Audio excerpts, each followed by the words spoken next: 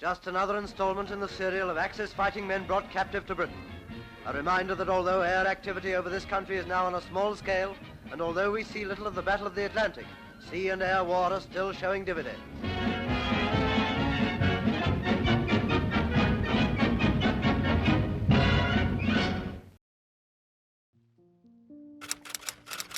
The camp was built in 1941 as a prisoner of war camp, and it first of all housed Italian prisoners of war, and then after Italy surrendered it became a German prisoner of war camp. After D-Day there were thousands poured into the country, and this became full to capacity, which was 4,000. There were 4 compounds and there were 1,000 men in each compound. So these are called Nissen huts because basically they needed something that was fairly sturdy and that they could transport in the back of a lorry. And the prisoners' huts, which were 30 metres long, the accommodation huts, they slept in bunk beds, 2-tier bunk beds, very close together. And there was 90 men to a hut, so it was very noisy. It was quite smelly. They weren't allowed out at night, so they just had buckets to use during the night. Prisoners would arrive by train and then they'd march through the village. Everybody that was in the village at the time remembers the prisoners marching through as being a really major event. Everybody would come out of their houses and watch. Comrie means the meeting of the 3 waters, because you've got the Rúchal, which converges with the Erne, just 50 metres along there. 200 metres that way, you've got the Leadnock running into it. So you've got the 3 rivers all joining together right here in Comrie. I mean, it's just such a glorious place to stay. In every direction that you look and every direction that you go, it's staggeringly beautiful. They were quite welcoming towards them because their attitude was, if we are nice to these German prisoners, then our boys that are prisoners of war over in Germany, somebody might be being nice to them, kind of thing. You kind of felt sorry for them because they were marching through the town looking quite tatty and forlorn. Some of the prisoners were allowed out of the camp to work in the community. So some of them were like cutting the trees along the riverbank here, and looking after people's gardens and various other things. And some of them worked in my grandfather's garage there as well. There was a young chap and he was working in the garage on a daily basis. My mum met up with this Heinrich Steinmeier, who was actually an SS officer, although he was a young boy. He was only 18. So my mum and her pals, they'd been chatting away to this German soldier, and they discovered that he'd never seen a moving picture before, never seen a film in his entire life.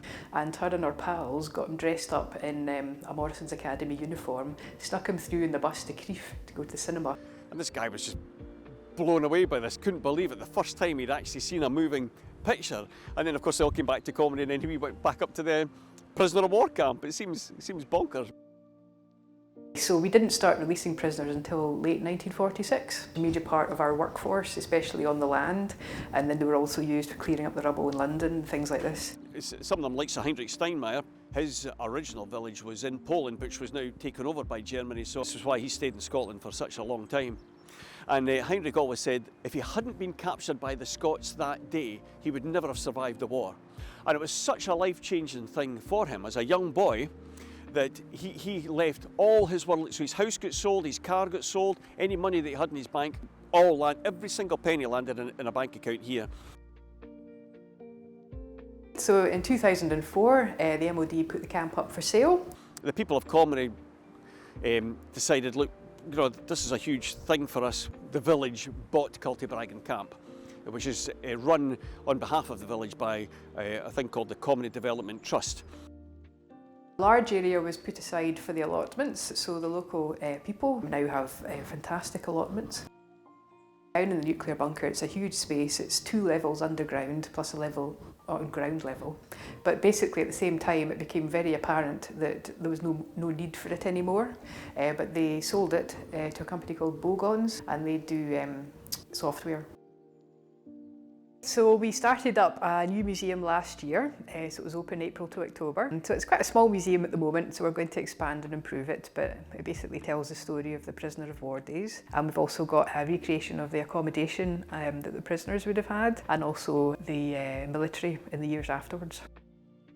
So we've got a number of events coming up this year. We've got a fantastic reenactment day called Carry On Culty, which we've held in the past. So we've got a lot of reenactors from the Second World War, but we've also this year we've got Romans, 17th century guys, medieval guys. So it's going to be great fun. So we've done up 10 huts so far, and 5 of them have been beautifully furnished as self-catering. It's really well insulated, it's really cosy. We've got radiators in them working off our biomass boiler. A lot of the huts are used by local businesses. It's a great thing for the local economy. My business is called Vino Fandango Limited. We are primarily an online wine merchant selling direct to consumers. We have half a hut here, not a full hut, and there would have been 50 prisoners of war in our half.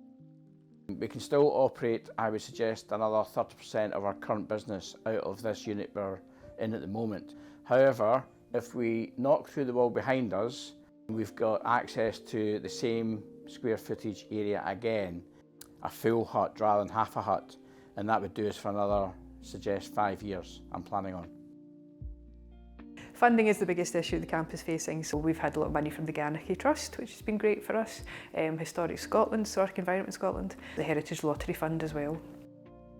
Get all the huts occupied by local businesses, a lot of local crafters coming in, who we can have shops, which make it more of a visitor attraction, and it's just finding the funds to do that, so we might need to look to new avenues such as crowdfunding.